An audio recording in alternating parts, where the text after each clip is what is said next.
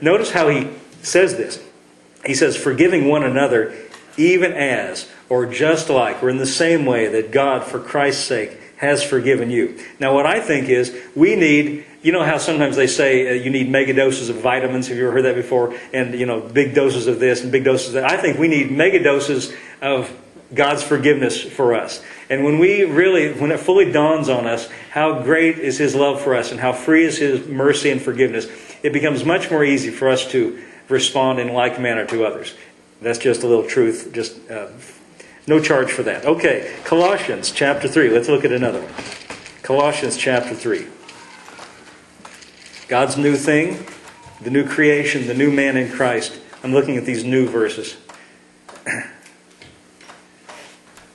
In case you didn't get it, the connection is because it's a new year, we're talking about God's new thing.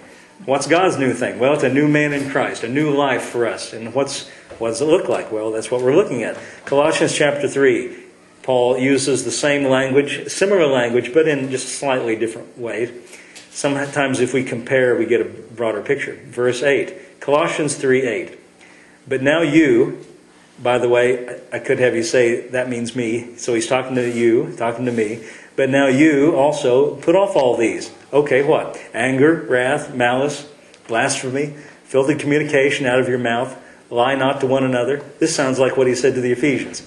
Seeing that you have put off the old man with his deeds, and you have put on the new man, which is renewed in knowledge, after the image of Him that created him. Now don't be disturbed by the fact that in Ephesians he said put off, and now he says you have put off. Same thought. He's saying you're a new creation in Christ. You're somebody new. Think about yourself that way. That's the whole thought here. And now what's it like? Verse 11. Where there is neither Greek nor Jew, circumcision nor uncircumcision, barbarian, Scythian, bond nor free, but Christ is all and in all. Verse 12. Put on therefore, as the elect of God, that means the chosen. Think of yourself that way. Put on therefore as the chosen or elect of God, comma, holy and beloved, comma. That means that's who you are. That's not something that you do. That's something who you are. Put on therefore as the elect of God, comma, holy and beloved. That's how God sees you, holy and beloved by Him. Holy because you're grafted into the Holy One. Did you think of that? Holy because you're grafted in to the Holy One who is Jesus. Not holy because I don't play cards or fix my hair in a certain way. That's, somehow when we think about the word holy, we get such trivial, silly things and think that's what holiness is. Well, I didn't go to a dance because now I'm holy. No, listen, holy is because we're grafted into the Holy One. We were, can I tell you what we did on New Year's Eve?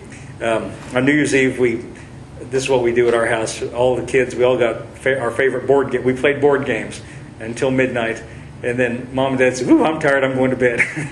But anyway, April was reminding me, my wife April was reminding me, she said, "Do you remember the first when we were dating, what we did on New Year's Eve?" And I said, I'm sorry, I cannot.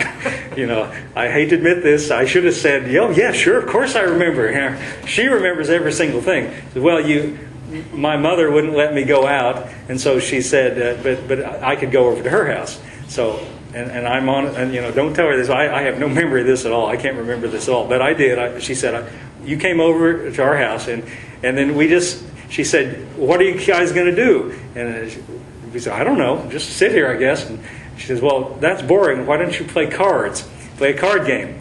And she said, now, my mother, was raised in a very strict denomination, which wouldn't let you play cards, but you could play Old Maid. You could play the cards that had the little silly pictures on them, or the matching. But you couldn't play the cards that looked the real cards, because that would be a violation of holiness. But you could play those cards that had the little silly pictures on them, But we didn't want to do that. She says, well, that's boring. You guys are just going to sit there and make goo-goo eyes all night. You want to play cards. Well, she wanted us to play a card game. But anyway, I just brought that up to say how silly and trivial this idea that we have. But see, what holy means is we are grafted into the one who is holy. And by the way, there's only one. Jesus, He's called Jesus Christ the righteous. And when we're grafted into Him as we are new creation in Christ, we're holy by extension, by connection to Him who's holy. And we live lives in the light of that. So he says, put on therefore as the elect of God, comma, holy and beloved, that's who you are, comma, Bowels of mercies. Now this doesn't sound very pretty. This is King James language. What this really means is a heart of compassion. Old-time, 400-year-old language, King James, bowels of mercies. I'm sure that sounds beautiful to them. To me that sounds very strange. But it means a heart of compassion. Put on a heart of compassion, kindness, humbleness of mind, meekness, long-suffering. You know, right now we're reading about things that in God's mind are very valuable. These are the big things. These are the valuable things. These are the most important things in the mind of God in our lives. A heart of compassion. These are the things that God values in our life. Kindness, humbleness of mind, meekness, long-suffering, verse 13, forbearing one another, forgiving one another. You know what? If you want to please God in your life, do this.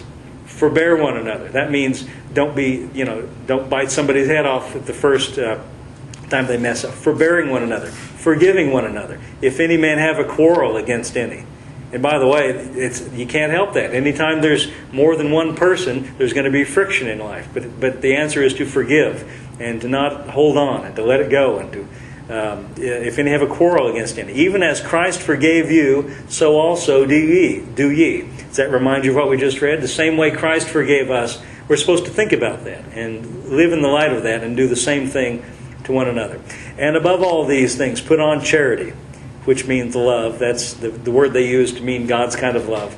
Charity meaning love, which is the bond of perfectness. And let the peace of God rule in your hearts, to the which you are also called in one body. And be thankful. So he's thrown all these good things in here. Just in case you didn't know what it meant to be a new man in Christ, it means a heart of compassion. It means forgiving one another. It means forbearing one another. It means just like Christ forgave us, forgiving one another. I think I've got enough in today. Let's all stand. Jesus!